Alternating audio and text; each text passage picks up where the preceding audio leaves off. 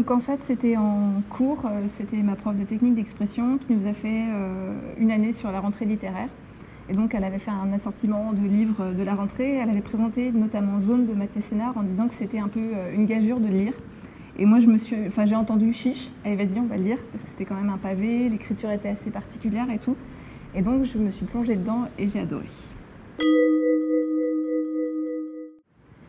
En fait, c'est l'histoire de Francis Servin, qui est à la fois français et d'origine croate. Il a travaillé pendant 15 ans dans les renseignements, dans une zone. Donc sa zone, c'était le Proche-Orient.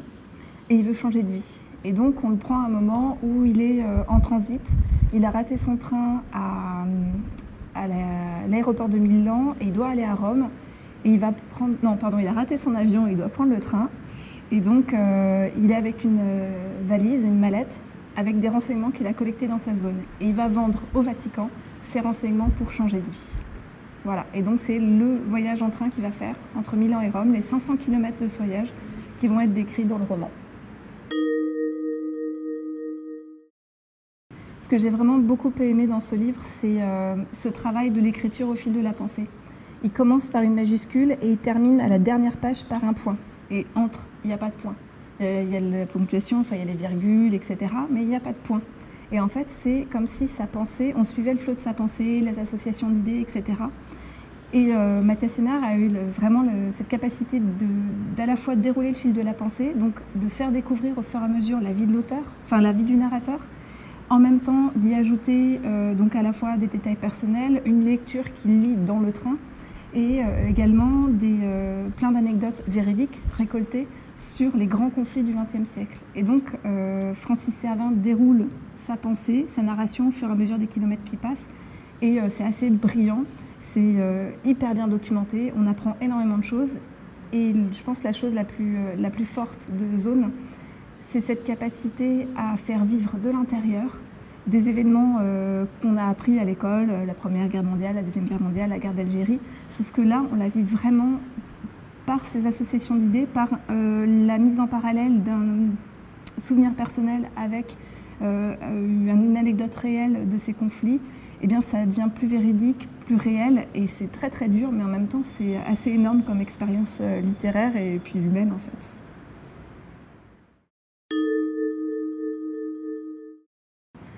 Donc c'était mon premier livre effectivement de l'auteur, c'est le premier que j'ai lu, et après ça m'a donné envie d'en lire d'autres. J'en ai pas encore lu beaucoup d'autres, mais je suis tombée par hasard dans les rayons de la bibliothèque sur l'alcool et la nostalgie, et donc c'est encore un voyage en train, mais cette fois-ci c'est en Russie, donc, et c'était très bien.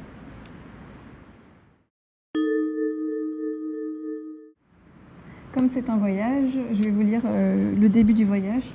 Donc il est à la gare de Milan, il vient de croiser un fou qui lui prédit la fin du monde, et ça lui fait penser à un autre fou dans une autre gare. Ça commence comme ça.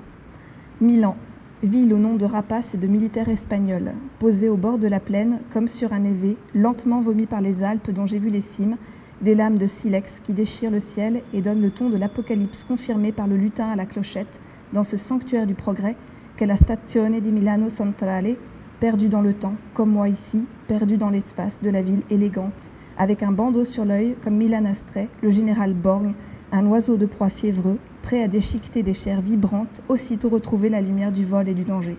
Milan Astrée aurait tant aimé que Madrid devienne une nouvelle Rome. Il servait Franco le Duce Ibert, son idole chauve, dans ce grand prélude guerrier aux années 1940. Cet officier borgne et pugnace était légionnaire. Il criait « Viva la muerte » en bon prophète militaire, et il avait raison, la fugue de mort se jouerait jusqu'en Pologne, lèverait une haute vague de cadavres dont l'écume finirait par lécher à Trieste ou en Croatie les rives de l'Adriatique.